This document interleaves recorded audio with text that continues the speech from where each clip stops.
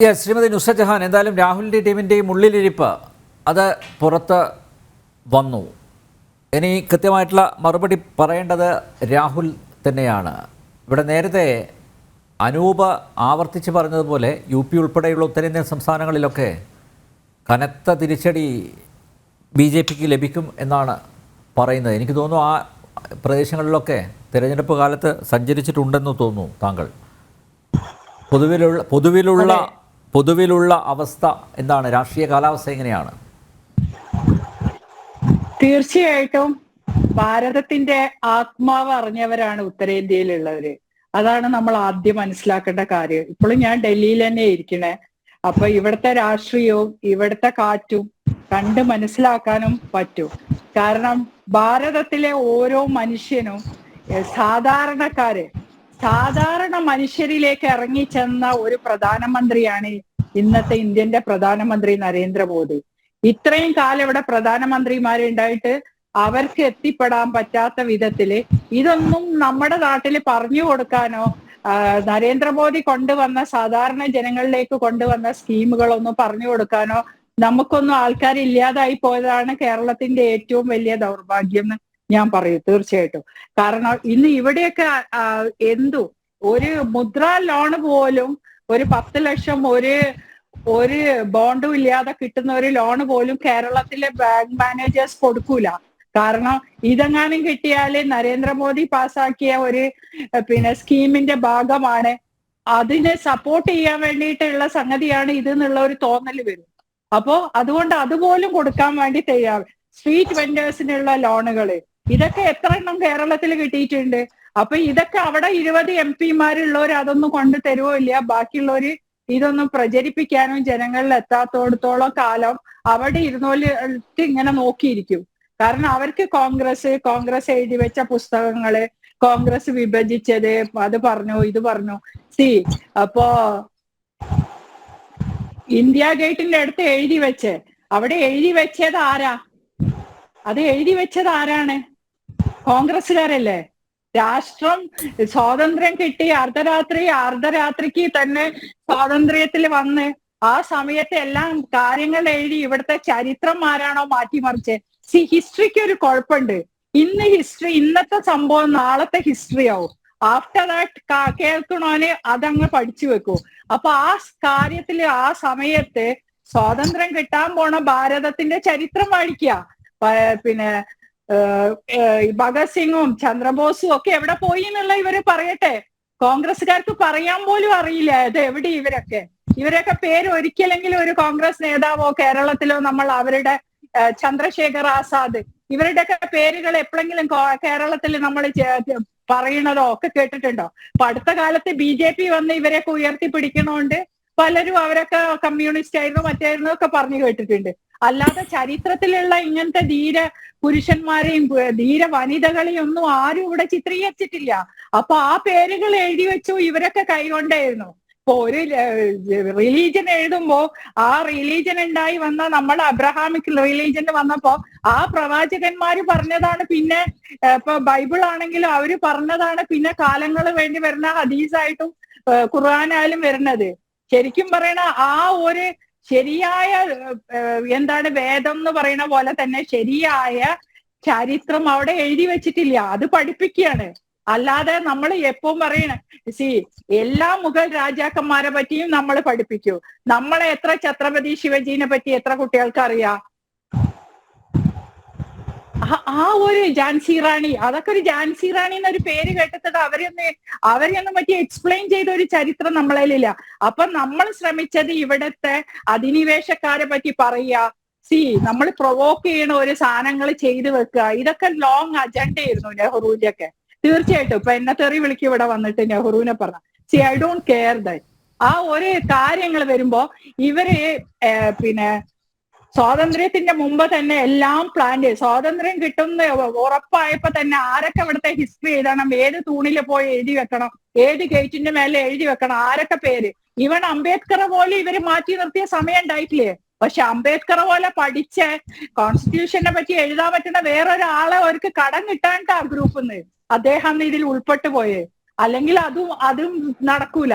അത്ര പോലും മാറ്റി നിർത്തപ്പെട്ട കാലഘട്ടം കഴിഞ്ഞിട്ട് വരുമ്പോ ഇതൊക്കെ തന്നെ പഠിക്കാൻ പറ്റുള്ളൂ. 65 വർഷം കൊണ്ട് ഇവരെ ഇവിടെ പ്രാബല്യത്തിൽ വരുത്തി. അങ്ങനെ സെക്യുലറിസം, എന്ത് സെക്യുലറിസം അവര് പറയണേ? ഇപ്പൊ ഇവര് മതം പറഞ്ഞല്ലേ ഇതാക്കുന്നത്. അന്ന് തന്നെ മുസ്ലിങ്ങളെ മാറ്റി നിർത്തി ഇന്ത്യ വിഭജിക്കുമ്പോ എന്താ സെക്യുലറിസത്തിന്റെ വേർഡ് ഒരു യൂസ് ചെയ്യാത്തോ പഠിക്കാത്തോ? എന്താണ് സെക്യുലറിസം എന്നുള്ള വാക്ക് അവർ പഠിക്കാണ്ടിരുന്നത്? അന്നും ഈ വാക്കുണ്ടല്ലോ, ഇംഗ്ലീഷിലെ വാക്കുകളൊക്കെ പഠിച്ചു വെച്ചിട്ട് ഇവരൊക്കെ വിദേശത്ത് പോയി പഠിച്ചു വന്നല്ലേ.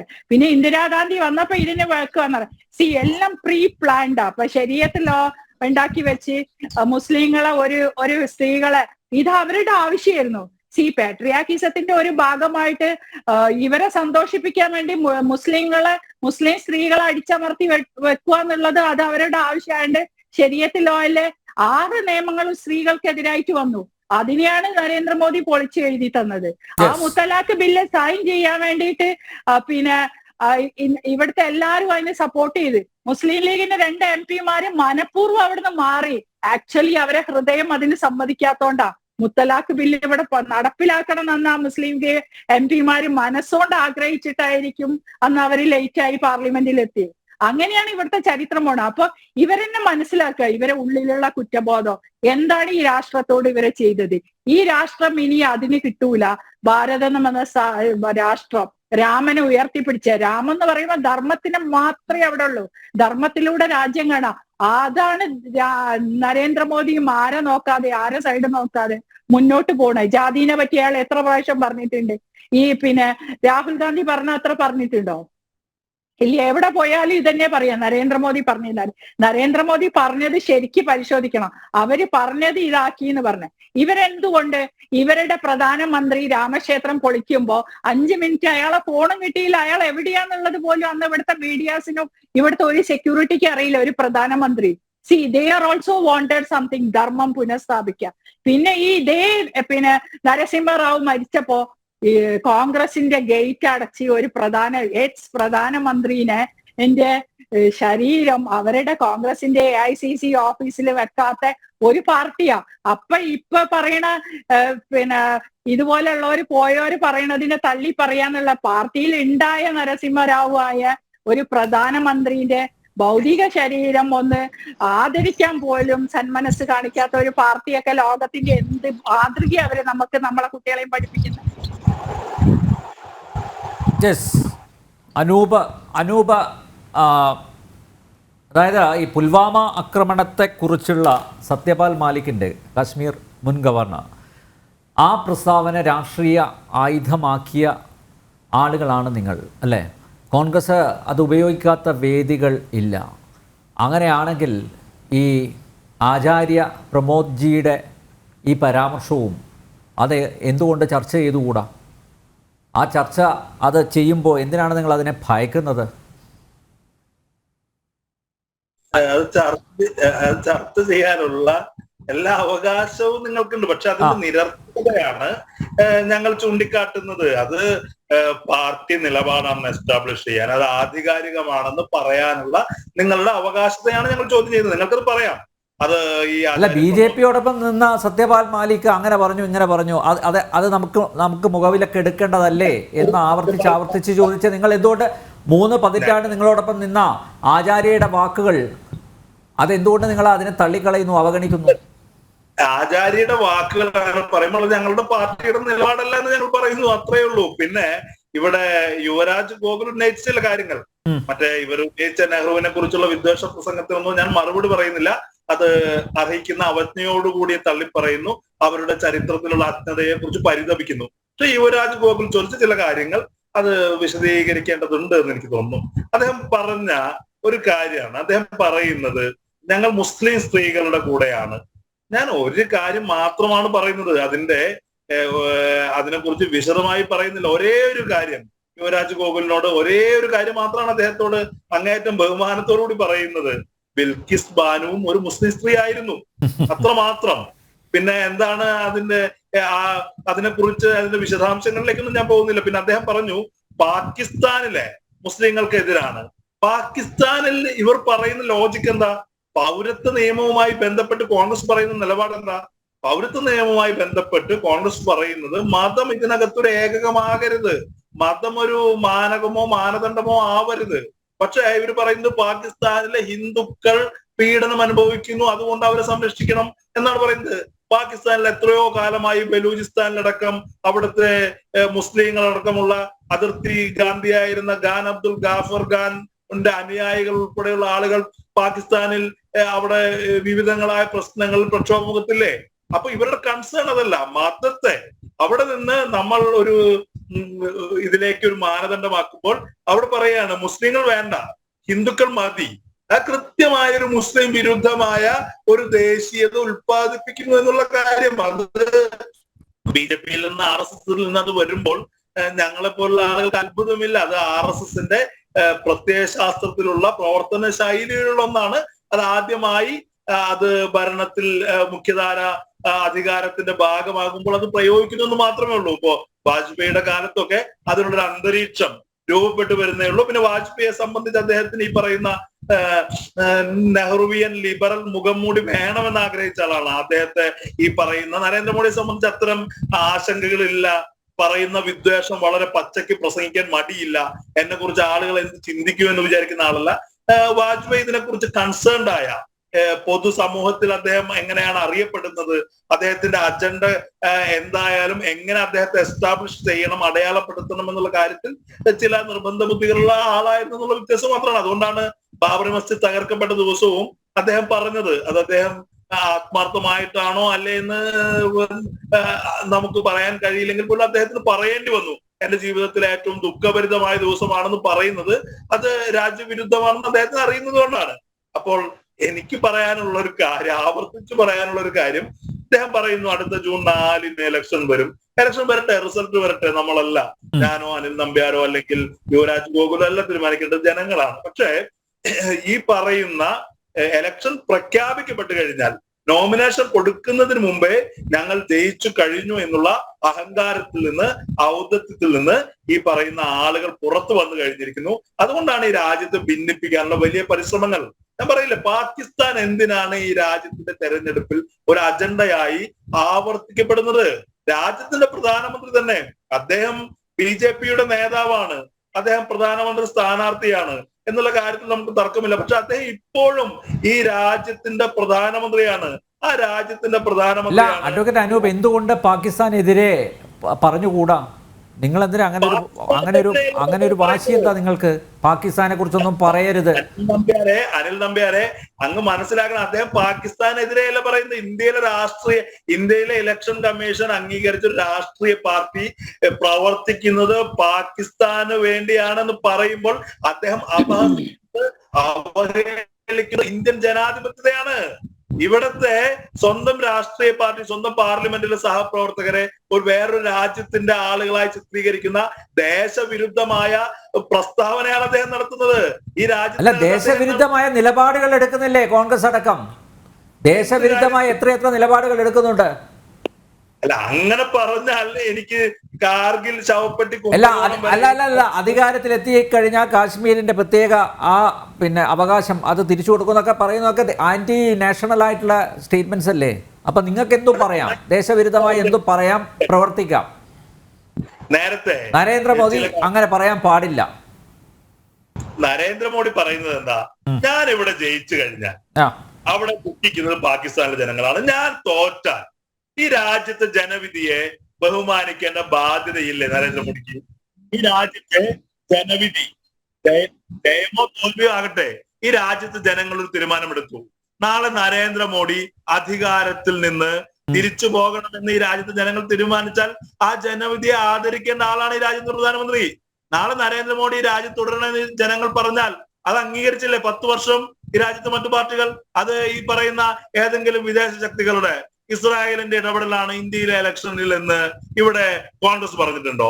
ഇവിടെ അപ്പോൾ തീർച്ചയായും ഈ പറയുന്ന ഒരു രാജ്യത്തിന്റെ ആഭ്യന്തരമായ തെരഞ്ഞെടുപ്പിനെ വിദേശ ശക്തികളുടെ ഇടപെടലായി രാജ്യത്തിന്റെ പ്രധാനമന്ത്രി തന്നെ പറയുമ്പോൾ അദ്ദേഹം ലോക രാഷ്ട്രങ്ങൾക്ക് മുന്നിൽ കൊടുക്കുന്ന മെസ്സേജ് എന്താ? മുൻപ് പല പ്രശ്നങ്ങളും അനൂപ് താങ്കൾക്ക് ഇതൊന്നും അറിയാത്തത് കൊണ്ടാണോ സംസാരിക്കുന്നത്, അല്ലെങ്കിൽ അറിഞ്ഞിട്ടും താങ്കളെ ഈ പൊട്ടൻ അഭിനയിക്കുകയാണോ? എനിക്കൊരു സംശയം. അഡ്വക്കേറ്റ് അനൂപ പാകിസ്ഥാന് വേണ്ടി മുദ്രാവാക്യം വിളിക്കുന്ന ആളുകൾ നമ്മുടെ ഈ കൊച്ചു കേരളത്തിലില്ലേ സാർ? നിങ്ങൾ ഈ രാജ്യത്തെ ഉണ്ടോ ഇല്ലയോ അത് പറഞ്ഞാൽ മതി. എന്റെ ഡയറക്റ്റ് ക്വസ്റ്റ്യൻ ആണ്, പാകിസ്ഥാന് വേണ്ടി മുദ്രാവാക്യം വിളിക്കുന്ന അല്ലെ പാകിസ്ഥാനോട് സ്നേഹം കാണിക്കുന്ന ആളുകൾ ഈ കൊച്ചു കേരളത്തിലില്ലേ? ഇന്ത്യ വിട്, ഞാനും നിങ്ങളൊക്കെ കേരളത്തിലാണല്ലോ. അല്ല, പാകിസ്ഥാന് വേണ്ടി ആളുകൾ നിലപാടെടുക്കുന്നുണ്ടെങ്കിൽ അതിനുവേണ്ടി ഈ മുദ്രാവാക്യം വിളിച്ചു എന്ന് നിങ്ങൾ പറയുന്നുണ്ടെങ്കിൽ അതിനുവേണ്ടി ഇവിടെ കേരളത്തിൽ അല്ലെങ്കിൽ കേന്ദ്ര രഹസ്യ അന്വേഷണ ഏജൻസി രജിസ്റ്റർ ചെയ്ത കേസുകളുടെ ഡാറ്റ നിങ്ങളുടെ കയ്യിലുണ്ടോ? അല്ല, അതാണല്ലോ കുറെ പേരെ ഇവിടുന്ന് പൊക്കിക്കൊണ്ടുപോയത്. പുലർച്ചയ്ക്ക് വന്ന് പൊക്കിക്കൊണ്ടുപോയത് ആരെയായിരുന്നു? അല്ല, അത് പാകിസ്ഥാന് ആന്റി നാഷണൽസ് ഈ കോൺഗ്രസ്. ഞാനൊരു കാര്യം പറയാം, അനിൽ നമ്പ്യാർ, താങ്കൾ ഒരു മുതിർന്ന പത്രപ്രവർത്തകനാണ്. നിങ്ങൾക്കാണല്ലോ SDPIയുടെ പിന്തുണയൊക്കെ കിട്ടിയത്. അല്ല, നിങ്ങൾ അങ്ങനെയൊക്കെ ഒന്നും വ്യാഖ്യാനിക്കേണ്ടെന്നേ. താങ്കൾ ഒരു പത്രപ്രവർത്തകനാണ്, താങ്കളുടെ ചാനലിന് ഒരു രാഷ്ട്രീയ നിലപാടുണ്ട്, അത് തെറ്റല്ല. പക്ഷേ താങ്കൾ ഒരു മാധ്യമ പ്രവർത്തകനായി സംസാരിക്കുമ്പോൾ കോൺഗ്രസ് പാകിസ്ഥാന് വേണ്ടി സംസാരിക്കുന്നതൊക്കെ അഭിപ്രായം അങ്ങേക്കുണ്ടോ, അനിൽ നമ്പ്യാർക്കുണ്ടോ? കോൺഗ്രസ് പാകിസ്ഥാന്റെ അജണ്ട ഇവിടെ നടപ്പിലാക്കുന്ന രാഷ്ട്രീയ പാർട്ടിയാണോ? അങ്ങനെയാണെങ്കിൽ ഞങ്ങൾക്ക് പറഞ്ഞുകൂടെ, ഇസ്രായേലിന് വേണ്ടി സംസാരിക്കുന്ന, ഇസ്രായേലിന്റെ അജണ്ട ഇന്ത്യക്കകത്ത് നടപ്പിലാക്കുന്ന രാഷ്ട്രീയ പാർട്ടിയാണ് ഇസ്രായേൽ. ഇവിടെ നരേന്ദ്രമോദി ജയിച്ചാൽ ഇസ്രായേലിന്റെ താല്പര്യങ്ങളാണ് നടപ്പിലാക്കുന്നതെന്ന് കോൺഗ്രസിന് വേണമെങ്കിൽ പറഞ്ഞുകൊണ്ട് കോൺഗ്രസ് പറയുന്നില്ലല്ലോ. ഞങ്ങൾ ഈ രാജ്യത്തെ ജനവിധി 10 വർഷം അധികാരത്തിൽ നിന്ന് പുറത്തു നിന്നുകൊണ്ട് ഞങ്ങൾ ആ ജനവിധി അംഗീകരിച്ചുകൊണ്ട് പ്രവർത്തിക്കുകയാണ്. നാളെ ആ ജനവിധിക്കെതിരായി ഞങ്ങൾക്ക് അനുകൂലമാക്കാൻ ഞങ്ങൾ പണിയെടുക്കുന്നു. അല്ലെങ്കിൽ ഈ രാജ്യത്ത് പണ്ട് ഞാൻ പറഞ്ഞില്ലേ, AB വാജ്പേയി അല്ല, ഇനിയിപ്പോ ജൂൺ 4 ഈ റിസൾട്ട് വന്നു കഴിഞ്ഞാല് കോൺഗ്രസിൽ ഇനിയിപ്പോ നേതാക്കന്മാരുണ്ടാവുമെന്ന് പോലും ആലോചിക്കേണ്ട ഒരു അവസ്ഥയാണ് എന്നാണ് മനസ്സിലാക്കുന്നത്. അഡ്വക്കേറ്റ് അനൂപ്, എനിക്ക് ഈ ചർച്ച അവസാനിപ്പിക്കേണ്ടതുണ്ട്. യുവരാജ് പറയാം പെട്ടെന്ന്. അല്ല, ഒന്ന് അദ്ദേഹം എന്നെ ബിൽക്കിസ് ബാനുവിനെ ഓർമ്മിപ്പിച്ചു. അദ്ദേഹത്തോട് എനിക്ക് പറയാനുള്ള, ബിൽക്കിസ് ബാനു കേസിലെ പ്രതികൾ ജീവപര്യന്തം ജയിലിൽ കിടന്ന ആൾക്കാരാണ്. അവരങ്ങനെ അതിനുശേഷം പുറത്തിറങ്ങിയതായിട്ടാണ് എൻ്റെ അറിവ്. അല്ലാണ്ട് അവരെ ആരും വെറുതെ വിട്ടതായിട്ട് എൻ്റെ അറിവിലില്ല. പിന്നെ അങ്ങേ ഞാൻ വിനീതമായിട്ട് ഒന്നുകൂടി ഷാബാനുവിൻ്റെ പേരുകൂടി ഓർമ്മിപ്പിക്കുകയാണ്. എന്തായിരുന്നു അവരോടുള്ള നിലപാട് എന്നുള്ള കാര്യവും ഇന്ത്യയിലെ കോടിക്കണക്കിന് വരുന്ന മുസ്ലിം സ്ത്രീകളോടുള്ള നിലപാട് എന്നുള്ള കാര്യം അങ്ങ് പറഞ്ഞാൽ നല്ലതായിരുന്നു. ഒന്ന്. രണ്ടാമത്തെ കാര്യം, അങ്ങ് ചോദിക്കുകയാണ് എന്തുകൊണ്ട് പാകിസ്ഥാൻ്റെ പേര് പറയുന്നു. പാകിസ്ഥാൻ എന്തോട്?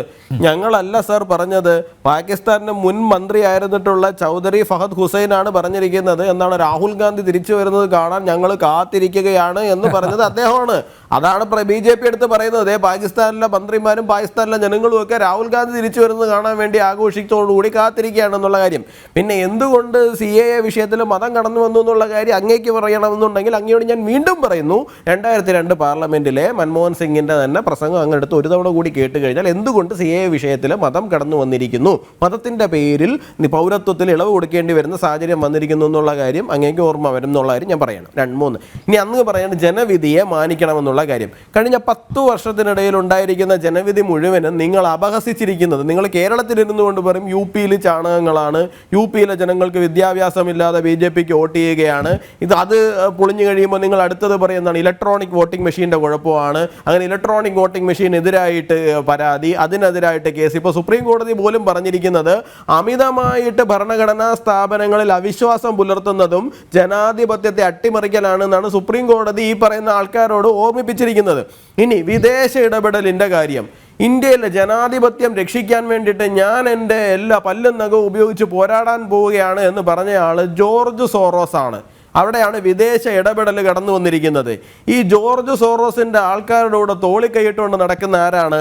ഈ ജോർജ് സോറോസിൻ്റെ ഓപ്പൺ സൊസൈറ്റിയുടെ ഗ്ലോബൽ വൈസ് പ്രസിഡന്റിൻ്റെ കൂടെ തന്നെ അല്ലേ രാഹുൽ ഗാന്ധി കർണാടകത്തിൽ നിങ്ങളുടെ ജോഡോ യാത്ര നടക്കുന്ന സമയത്ത് നടന്നത്? സുനിത വിശ്വനാഥ് ആരാണ് ഓപ്പൺ സൊസൈറ്റിയുടെ? ജോർജ് സോറോസിൻ്റെ ആരാണ്? രാഹുൽ ഗാന്ധി എന്തിനാണ് വിദേശത്ത് പോകുമ്പോൾ ഇവരുടെ കൂടെയൊക്കെ തോളിക്കൈയിട്ട് നടക്കുന്നത്? ഇവരെല്ലാവരും കൂടി ചേർന്ന് എന്ത് പ്ലാനാണ് നടത്തിക്കൊണ്ടിരിക്കുന്നതെന്നൊന്ന് പറയാമോ? ഞങ്ങൾ അമേരിക്കൻ തെരഞ്ഞെടുപ്പിൽ ഇടപെട്ട് അമേരിക്കൻ പ്രസിഡന്റായിരുന്ന ഡൊണാൾഡ് ട്രംപിനെ മാറ്റി അടുത്തത് ഇന്ത്യൻ പ്രധാനമന്ത്രിയായ നരേന്ദ്രമോദിയാണ് ഞങ്ങളുടെ ടാർഗറ്റ് എന്ന് പറഞ്ഞ ആളാണ് ജോർജ് സോറോസും അദ്ദേഹത്തിന്റെ ഓപ്പൺ സൊസൈറ്റിയും. അവർക്കൊപ്പം തോളിക്കൈയിട്ടുകൊണ്ട് നടന്നിട്ടാണ് നിങ്ങൾ ഇവിടെ വന്നിരുന്നിട്ട് ഇസ്രായേൽ എന്നൊക്കെ പറയുന്നത്. ആൾക്കാർ ചിരിക്കും സാർ. വെറുതെ അനാവശ്യം വിളിച്ചു പറഞ്ഞിട്ട് സെൽഫ് ഗോൾ അടിച്ച് കയറ്റരുതെന്ന് മാത്രം ഞാൻ അങ്ങയോട് പറയുകയാണ്. അഡ്വക്കേറ്റ് അനുപ്, ഒരൊറ്റ മിനിറ്റ് താങ്കൾക്ക് മറുപടി. ചർച്ച അവസാനിപ്പിക്കാനുള്ള സമയമായി, അതുകൊണ്ടാണ്. അദ്ദേഹം പറഞ്ഞ ചില കാര്യങ്ങളുണ്ട്. ഇപ്പൊ ഷബാനു കേസിനെ സംബന്ധിച്ച് കോൺഗ്രസിന്റെ നിലപാടെന്ന് പറഞ്ഞാൽ തുറന്ന നിലപാടാണ്. കോൺഗ്രസ് വളരെ തുറന്ന നിലപാടായതുകൊണ്ടാണ് നിങ്ങൾക്ക് ഇന്ന് പ്രതിപക്ഷ നേതാവ് പോലും ഇല്ലാത്തത് സർ. അല്ല, ഞാൻ പറയട്ടെ, ഇവിടെ ഏകീകൃത സിവിൽ കോഡ് നടപ്പിലാക്കണമെന്ന് വ്യക്തിപരമായ അഭിപ്രായമുള്ള ആളായിരുന്നു നെഹ്റു. പക്ഷേ നെഹ്റുവിനെ സംബന്ധിച്ച് വിഭജനാനന്തരം ഇവിടുത്തെ മുസ്ലിം കൺസേൺസിനെ അഭിസംബോധന ചെയ്യണം. രാജ്യത്തെ ന്യൂനപക്ഷങ്ങളുടെ ഐഡന്റിറ്റി എന്ന് പറയുന്നത് വളരെ പ്രധാനമാണെന്നുള്ള നിലപാടിന്റെ അടിസ്ഥാനത്തിലാണ്. അല്ല, താങ്കൾ തന്നെയല്ലേ പറഞ്ഞത് ഭരണത്തിൽ മതം കടന്നു വരാൻ പാടില്ല. ഇപ്പൊ പെട്ടെന്ന് മതം വന്നോ? ഞാൻ പറയട്ടെ, ന്യൂനപക്ഷങ്ങൾക്ക് എവിടെയും ഇപ്പൊ താങ്കളുടെ നേതാവായ അദ്വാനി ജിന്നയെ പ്രകീർത്തിച്ചത് എന്ത് പറഞ്ഞിട്ടാ? അദ്വാനി ജിന്നയെ പ്രകീർത്തിച്ചിട്ടുണ്ടെങ്കിൽ അത് അദ്ദേഹത്തിന്റെ വ്യക്തിപരമായ കാര്യമാണ്. അതല്ലല്ലോ ഞാൻ ഇവിടെ പറഞ്ഞത്. ഞങ്ങളുടെ പാർട്ടിയുടെ സംഘടനയുടെ നിലപാടാണ്. സംഘടനയിലെ വ്യക്തികൾക്ക് പല നിലപാട് പല കാലഘട്ടങ്ങളിൽ പലതുണ്ടാവും. അതുപോലെ അല്ലല്ലോ, സംഘടനയ്ക്ക് ഒരു നിലപാടുണ്ട്. ഒരു രാജ്യത്തെ ന്യൂനപക്ഷം വരുന്ന ജനങ്ങളുടെ വിശ്വാസപരവും സാംസ്കാരികവുമായ ഐഡന്റിറ്റി പ്രൊട്ടക്ട് ചെയ്യുക എന്ന് പറയുന്നത് അപ്പീസ്മെന്റ് അല്ല, അത് സോഷ്യൽ ജസ്റ്റിസ് ആണ്. അത് മറ്റുള്ളവർ ചെയ്യുമ്പോൾ നിങ്ങൾ അത് മനസ്സിലാക്കിയാൽ മാത്രം മതി. അത് നിങ്ങളിട്ട ബെർമൂഡ മറ്റുള്ളവരിട്ട വള്ളിനിക്കർ ആകില്ല സാർ. നിങ്ങൾ പറയുന്ന അതേ കാര്യം മറ്റുള്ളവർക്കും ആപ്ലിക്കബിൾ ആണ്. ഈ രാജ്യത്തിന്റെ ഈ പറയുന്ന ഐഡന്റിറ്റി ഒക്കെ പ്രൊട്ടക്ട് ചെയ്യപ്പെടുക എന്ന് പറയുന്നത് ഞങ്ങളുടെ ആവശ്യമാണ്. യെസ്, എന്തായാലും രാഹുലിന്റെ ഹിന്ദു വിരുദ്ധ അജണ്ട അതാണ് ആചാര്യ പ്രമോദ് കൃഷ്ണത്തിലൂടെ പുറത്ത് വന്നിരിക്കുന്നത്. ഈ വിഷയത്തിൽ രാഹുൽ വരും ദിവസങ്ങളിൽ പ്രതികരിക്കുമോ എന്ന് നമുക്ക് കാത്തിരുന്ന് കാണാം. ജനന്റെ പേര് ഇവിടെ പൂർണ്ണമാകുന്നു. ചർച്ചയിൽ പങ്കെടുത്ത എല്ലാ അതിഥികൾക്കും നന്ദി, ഒപ്പം പ്രേക്ഷകർക്കും.